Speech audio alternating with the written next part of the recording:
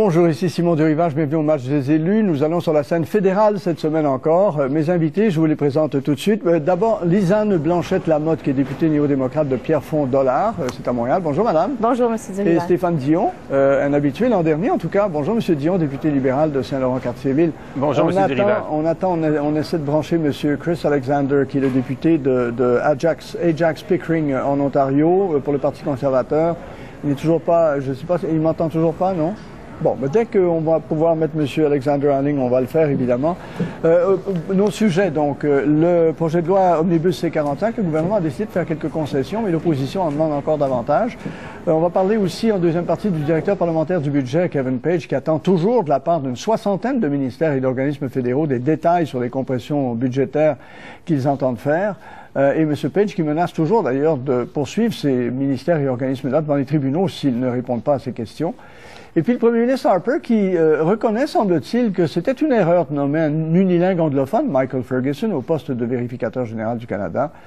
Comment va-t-il corriger cela? On verra cela tout à l'heure.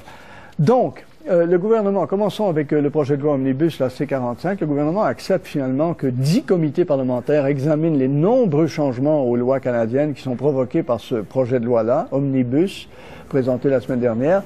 Mais au bout du compte, là, quand on aura fini l'étude, le projet de loi C-45 devra tout de même être adopté en un seul bloc, là, en un bloc, d'un coup sec, sauf pour les dispositions qui concernent les pensions des députés et des sénateurs, parce que ça a été retiré du projet de loi la semaine dernière et ça a été adopté d'ailleurs tout de suite.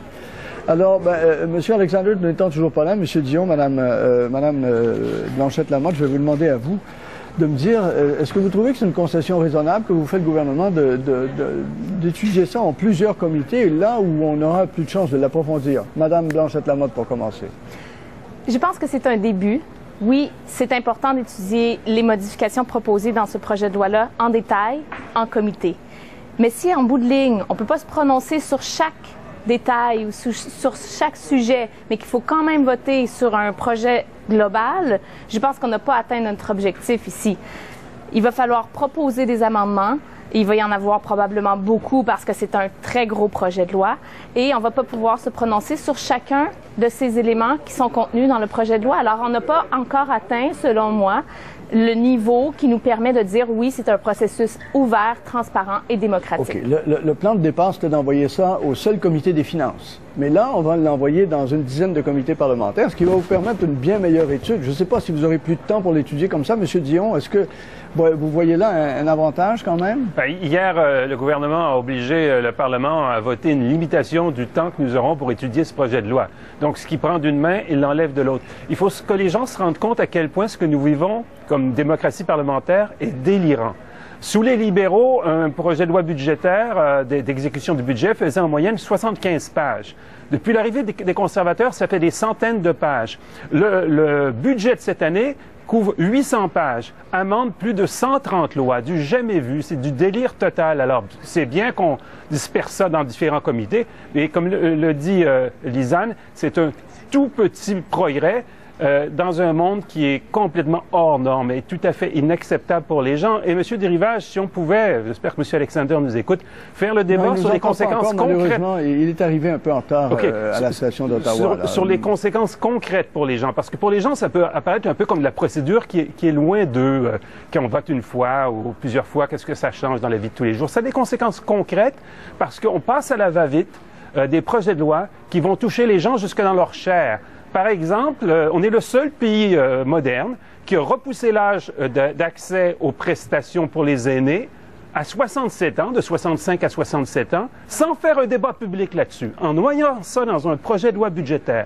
C'est cruel de faire ça pour les gens. Toutes les personnes qui nous écoutent, qui ont 50 ans, qui sont dans la cinquantaine et moins, doivent savoir qu'au lieu de toucher le 540 $ par mois que donne la sécurité de la vieillesse à 65 ans, ils ne le toucheront qu'à 67 ans, sans qu'on ait jamais eu l'occasion de voter spécifiquement là-dessus. C'est pas dans le projet de loi actuel, ça, M. Dion. Mais ce qu'on a appris cette semaine, monsieur... C'est dans la première au printemps dernier, là. C'est deux volets d'un même budget.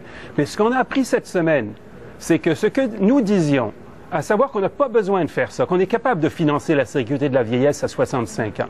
Il y avait des études qui confirmaient ça, y compris de l'OCDE. Le gouvernement disait qu'il avait des preuves comme quoi, non, à cause du vieillissement de la population, il faut repousser ça à 67 ans. Le vérificateur général a forcé le ministère des Finances à sortir ces chiffres.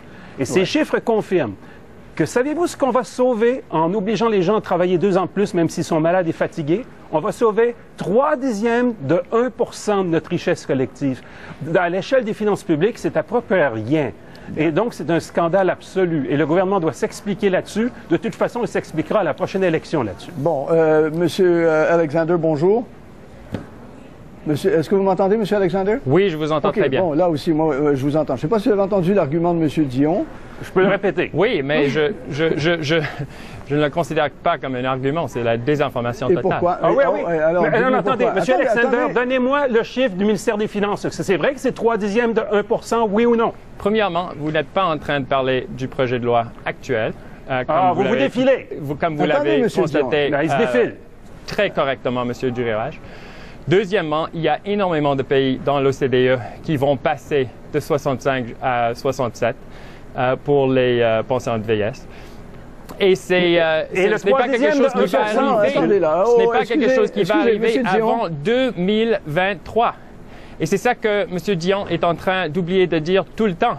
Non, je l'ai dit. Le système pour nos aînés actuel reste intact, ne change pas. Oui. Mais si M. Dion est en train de nier l'existence d'une dette publique au niveau fédéral d'à peu près de l'ordre de 500 milliards de dollars, et s'il est en train de nier l'importance de bien gérer cette dette, de bien gérer notre situation avec les fonds publics, de bien garder notre crédibilité à cet égard sur le plan international, où pour le moment, on reste bien en avance de nos amis, de nos collègues en Europe et aux États-Unis.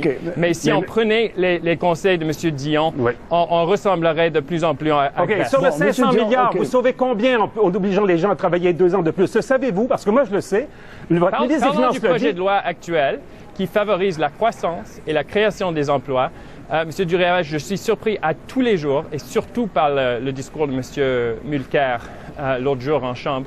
Vous répondez pas. L'incapacité de l'opposition de parler des vraies choses, des mesures et des politiques économiques qui créent des jobs, comme le crédit d'impôt pour l'embauche de nouvelles employés. Est-ce que c'est une bonne chose, M. Dion? OK, la question est la suivante. M. Dion, s'il vous plaît. Sur 500 milliards, combien sauvez-vous? C'est 5 milliards. C'est 1/100 de la dette que vous imposez aux gens en leur faisant travailler 2 ans de plus. C'est ça, les chiffres du ministère des Finances. C'est un scandale absolu. Et le scandale, c'est que vous avez noyé ça dans un projet de loi. Merci. Là, je pense que je ne l'entendrai pas là-dessus. Est-ce que je peux rajouter quelque chose aussi? Allez-y, madame. Je pense que je veux réagir à ce que M. Alexander a dit, parce que c'est un classique du gouvernement en ce moment de nous faire croire qu'on n'a pas le choix de couper dans les services, qu'on n'a pas le choix de couper dans la sécurité de la vieillesse. Et ça, c'est faux. Il faut se rappeler que le budget, les coupures, c'est toujours une question de choix. Oui, il faut bien gérer notre économie, mais il faut le faire avec des informations que nos experts peuvent nous fournir, comme des rapports sur la viabilité à long terme de nos finances. Et puis, si on regarde les études, les rapports d'experts, on voit que, par exemple, les coupures dans la sécurité de la vieillesse ne sont pas nécessaire. Alors, arrêtons d'essayer de faire croire aux gens que si on ne fait pas les coupures que les conservateurs font en ce moment, on va être un pays complètement submergé par la dette, par le déficit d'emploi. Attention, il y a différentes façons de faire. Merci. J'ai une question pour M. Alexander. Monsieur Alexander, je voudrais vous poser une question. Vous avez fait la concession de partager l'étude du projet de loi C-45 en 10 comités, dont celui des finances. Mais à la fin, il y a juste le comité des finances qui aura droit de vie ou de mort là, sur les amendements qui seront proposés. Pourquoi vous ne faites pas 10 votes séparés? Qu'est-ce qui presse tant? Qu'est-ce qu'il y a de si urgent? C'est difficile à comprendre, ça. Écoutez, M. Durivage, il est évident que les audiences publiques dans plusieurs comités vont élargir et multiplier les possibilités pour les témoins de venir devant des comités parlementaires. Ce sont des séances publiques. ça va compter, ça va être écouté par tout le monde. Oui, mais le vote pour est ce à la qui fin. est du processus décisionnel du Parlement du Canada, c'est absolument traditionnel, ça fait partie de notre histoire et de notre pratique démocratique que le comité sur les finances fasse la décision sur les lois, sur les budgets. Je vais poser la et question ce qui est autrement. surprenant, c'est que toutes ces mesures ont été annoncées au mois de mars. Et on ne peut même pas arriver à ce que le NPD en parle aujourd'hui.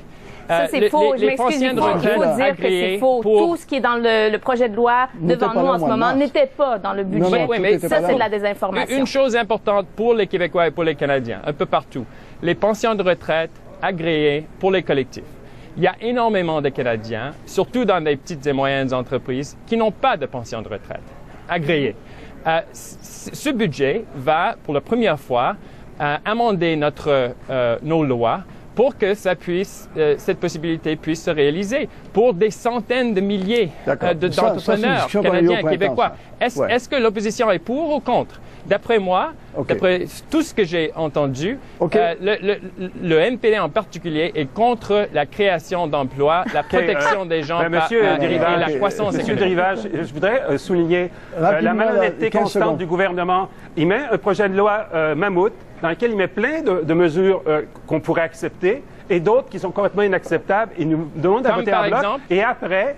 Comme par exemple, qu'est-ce que vous auriez accepté? Rapidement, M. Dion, parce que là, on dépasse le temps. Donnez-moi un exemple que vous auriez accepté, puis un exemple qui est inacceptable pour vous. Rapidement. Ben, par exemple, ce dont vient de parler M. Alexander, on serait très heureux de regarder ça et probablement qu'on l'accepterait. Les pensions pour tous les Canadiens? Oui, ben oui, ben écoutez, il y a plein de choses dans un projet de loi de 400 pages qu'on peut accepter, mais quand on y met des choses qui n'ont rien à voir, comme par exemple d'affaiblir la protection pour les cours d'eau du Canada, simplement pour ensuite permettre à des promoteurs d'agir plus vite.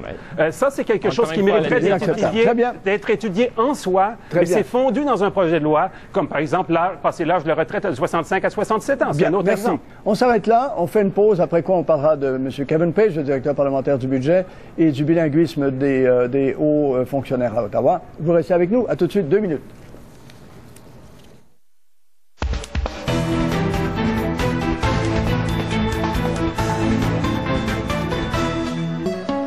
Le 31 juillet 1996, Radio-Canada présentait les Jeux olympiques d'Atlanta. Puis c'était la finale du 3 mètres d'Annie Pelletier, puis elle a réussi à gagner une médaille de bronze. J'ai tout de suite dit à mes parents que je voulais devenir exactement comme elle. 16 ans plus tard, c'était mon tour de gagner une médaille de bronze avec Megan Benfito. Puis dans 4 ans, soyez devant votre téléviseur parce que je serai à Rio en 2016. Ici, le dépassement. Ici, Radio-Canada. Depuis que les coureurs des bois utilisent la carte remise plus platine de Capital One, c'est payant de fêter l'anniversaire de Marie. Avec des remises en argent sur les jeux d'adresse et les piñatas. Capital One. Sur le cadeau parfait. Bonne fête, bonne Et même des remises en argent sur un gâteau. Capital One. Obtenez des remises en argent à tout coup. Avouez que c'est payant. Il y a des choses qu'un gars devrait jamais oser dire à table le matin. J'ai pas faim. Une demi-portion, s'il vous plaît. Je vais prendre la même chose que madame. Hey, il y a tellement de beaux mots à se mettre en bouche le matin. Œufs, bœuf assaisonné, oignons sautés et fromage fondu sur bagel grillé. Là, tu parles. Le nouveau sandwich Bagel Matin Suprême de McDonald's. Offert dès maintenant pour une durée limitée.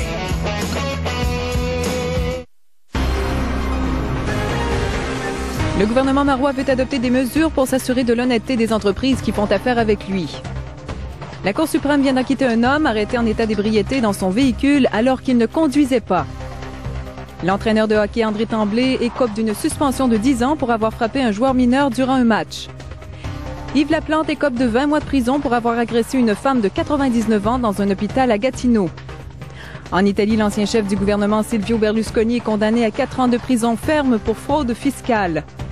Et à Damas, un attentat à la voiture piégée a fait au moins 5 morts et 32 blessés. La trêve de 4 jours n'est pas respectée. Vous êtes à RDI. Situés à Laval, les condos-services de Villagia au goût raffiné bénéficient de finitions de qualité supérieure. confort, luminosité, accès privilégié à une multitude de services. Venez découvrir nos condos et laissez-vous séduire. Villagia.ca. Bonjour.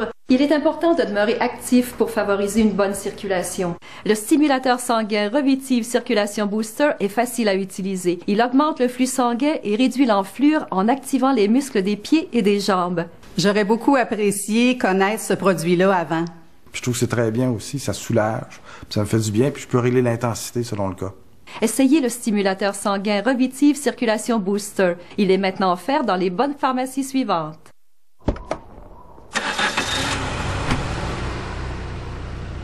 En hiver, la nuit tombe vite et c'est important d'améliorer la visibilité. C'est pourquoi Canadian Tire offre des produits innovateurs, comme les ampoules GE Nighthawk Platinum, 90% plus puissantes qu'une ampoule GE standard. Les nouveaux essuie-glaces Reflex Ice, conçus pour performer jusqu'à moins 40 degrés, et le lave-glace Rain-X, efficace jusqu'à moins 45 degrés. Mon travail ici est terminé. Si votre voiture en a besoin cet hiver, c'est chez Canadian Tire. Situé à Laval, Villagia vous offre un condo-service au design actuel. Avec un accès privilégié à une multitude de services, Villagia combine une vie active tout en préservant l'intimité de son chez-soi. Venez découvrir nos condos et laissez-vous séduire. Villagia.ca.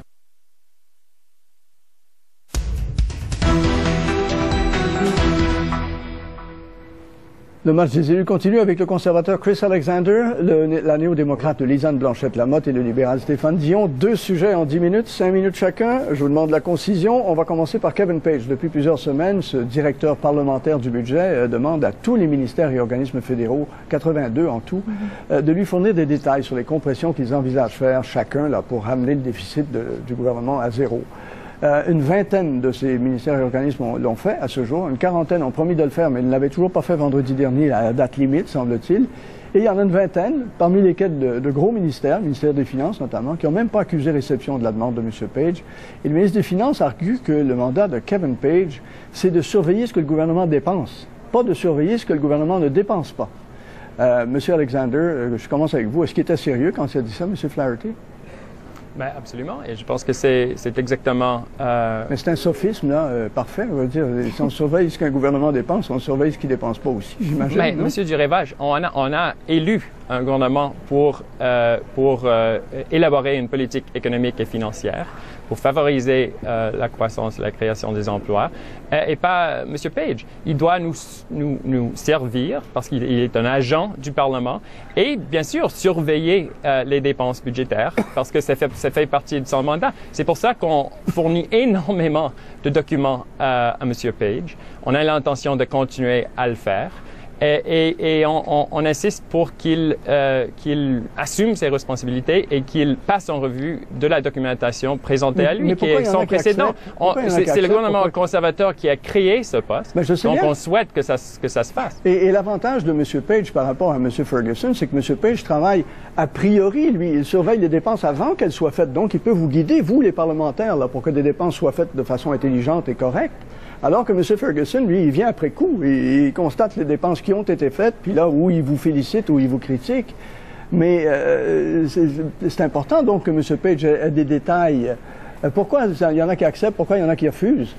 Bien, il reçoit des documents de tous les ministères dont il demande. C'est un volume énorme de documentation. Mais je vous demanderai tout simplement, c'est qui a le plus de crédibilité jusqu'à présent? Le vérificateur général du Canada ou l'agent ou M. Page. D'après moi et d'après des longues années de tradition et d'excellence du côté de cette institution, c'est le vérificateur général qui est plus écouté par les médias et par le grand public. J'entends les autres là-dessus, mais je rappelle que c'est vous qui l'avez nommé, qui l'avez créé ce poste-là, le directeur parlementaire du budget. Absolument, mais on a le droit d'évaluer la performance de tout le monde, n'est-ce pas? OK. Mme Blanchette-Lamotte et M. Dion après. Oui, madame, allez-y. Il y a un grave problème au niveau du manque de transparence dans notre gouvernement actuellement. Et ça, c'est pas juste M. Page qui le souligne par ses intentions d'intenter des poursuites. Il y a le vérificateur général qui vient de produire un rapport et dans chaque chapitre de ce rapport-là, on voit soit des nouvelles preuves de mauvaise gestion, soit des nouvelles preuves de manque de transparence. C'est vraiment arrogant de dire que le directeur parlementaire du budget est là au service des conservateurs et devrait étudier seulement ce qu'eux lui demandent de faire. M. Page, c'est un expert qui fait du travail non partisan. S'il juge qu'il a besoin de ces documents-là pour faire pour le mieux son travail, eh bien, il en a besoin. Et comme vous l'avez dit, M. Durivage, les résultats des études de M. Page devraient nous servir à tous, au gouvernement et aux parlementaires et aux Canadiens et aux Canadiennes, d'avoir des jugements critiques sur les décisions qui devraient être prises concernant les dépenses. Et puis, on voit bien que le gouvernement veut faire bande à part, veut travailler seul, à sa façon, sans partager de données, et c'est regrettable. C'est pas juste l'opposition qui en souffre. Mais un gouvernement est là pour gouverner aussi. Je veux dire, il n'est pas toujours demandé la permission de faire telle ou telle dépense. Là. On ne parle pas de demander la permission en ce moment. On parle de transparence, de diffuser de l'information, mais aussi de prendre en considération l'information disponible avant de prendre des décisions budgétaires. Et puis ça, on voit que c'est pas le cas en ce moment. Monsieur Dion, sur cette question, et on finit là-dessus, on passe au bilinguisme après. Allez-y, Monsieur Dion. Oui, Monsieur Page se heurte à la folie du secret de ce gouvernement dans tous les domaines. Alors, il est obligé d'aller en cours pour obtenir des documents qu'il devrait obtenir du gouvernement sans trop de difficultés. Je vais vous donner un exemple concret qui a été sorti par le vérificateur général, puisque M. Alexander veut à tout prix qu'on parle du vérificateur général plutôt que de M. Page. Le vérificateur général nous a révélé que le ministère des Finances a des études sur les conséquences, par exemple, de ces compressions dans le domaine de la santé pour les provinces. Ça va améliorer les finances fédérales, mais ça va détériorer les finances provinciales, que le transfert pour la santé soit diminué. Eh bien, le ministre des Finances, M. Flaherty, en grande pompe, a sorti les chiffres pour le gouvernement fédéral en montrant, regardez comment un bon gouvernement va réduire la pression financière sur le gouvernement fédéral, mais refuse de sortir la partie sur les provinces. Donc, et le vérificateur général et le directeur du budget trouvent ça scandaleux. Et moi aussi, comme critique des affaires intergouvernementales, je défie M. Alexander de demander à son ministre de sortir les conséquences de leur compression dans la santé pour les provinces, puisque vous avez l'étude sous le coude. Bien, alors on verra si M. Alexander accepte de le faire. Pour l'instant, on va passer au bilinguisme, s'il vous plaît. Allez-vous accepter de le faire, M. Alexander, vite, là, oui ou non? Ben, non, parce qu'il n'y a pas de compression. Très bien, 6% d'augmentation par année, c'est pas une compression. Je regrette beaucoup, M. Dion, mais vous avez encore tort. Passons au bilinguisme. Selon la presse de ce matin, le premier ministre Harper a reconnu dans une réunion du caucus conservateur que la nomination de Michael Ferguson, unilingue anglophone, était finalement une erreur et que le Parti conservateur allait finalement voter en faveur du projet de loi privé du Parti néo-démocrate présenté par Alexandrine Latendresse, qui exige que les officiers du Parlement désormais, et le vérificateur général notamment, là, soient bilingues, et ce, dès l'embauche. Vous confirmez, M. Alexander, que votre gouvernement a changé d'idée là-dessus? Écoutez, on a eu un processus, comme dans le passé, pour trouver un nouveau vérificateur général. Le processus s'est déroulé en strict... Non, racontez pas l'histoire du Canada, M. Alexander. C'est vrai que vous avez changé d'idée, là. C'est ça la question. Vous voulez parler de M. Ferguson ou non? Non, je veux parler des officiers du Parlement qui devraient être bilingues à l'avenir, dès l'embauche. Est-ce que c'est ça la position du gouvernement Harper maintenant? C'était pas ça jusqu'à maintenant. Écoutez, on a toujours exigé du mérite de ces agents du Parlement et le bilinguisme. Et on a eu un processus pour sélectionner quelqu'un pour occuper le poste de vérificateur général, qui était un processus très rigoureux, en stricte conformité avec les règles. M. Ferguson s'est avéré par la suite le nouveau vérificateur général. Il s'est engagé à apprendre le français. Il a encore du chemin à faire. Mais on doit... Il n'a pas été capable de répondre aux questions en français l'autre jour. Quand il a publié son rapport, il n'a pas été capable de répondre aux questions en mais français. Moi, je l'ai déjà entendu parler le français de façon supérieure à sa capacité il y a quelques mois. Donc, il fait des progrès, mais il a du chemin à faire. Je suis entièrement d'accord. Mais pour ce qui a du bilinguisme... Est-ce que la presse fait erreur ce matin, M. Ferguson? Il nous reste 2 minutes à peine, là. Est-ce que la presse fait erreur ce matin en disant qu'au caucus, M. Harper vous a dit qu'il reconnaissait que c'était une erreur d'avoir nommé un unilingue anglophone comme vérificateur général et qu'il allait voter en faveur de la proposition d'Alexandrine Latendresse? Il faut retenir de tout cela qu'on va continuer à favoriser le bilinguisme, l'excellence dans les deux langues officielles du Canada. Et on va continuer à favoriser l'excellence dans les grands chefs de nos grands organes gouvernementaux, dans le bureau du vérificateur général. Excusez, M. Ferguson, je voudrais donner la parole aux autres. Il reste 2 minutes à l'émission. Madame la tendresse, excusez-moi, Blanchette Lamotte et M. Dion. Pas de problème. Moi, ce que j'entends dans la réponse de M.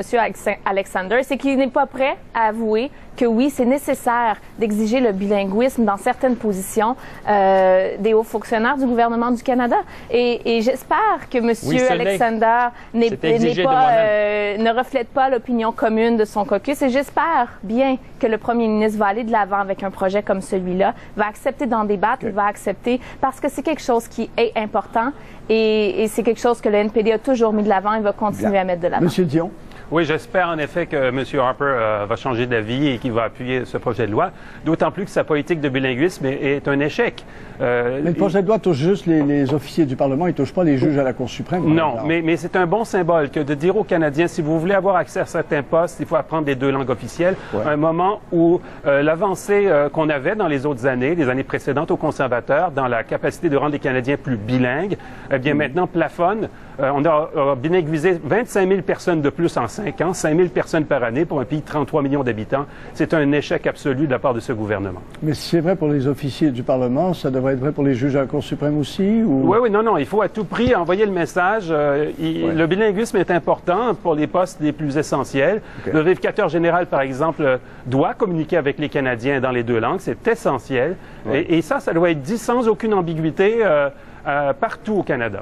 Bon, Monsieur Alexander, vous le souhaitez, mais c'est tout, là. Si je comprends bien, vous n'allez pas l'exiger.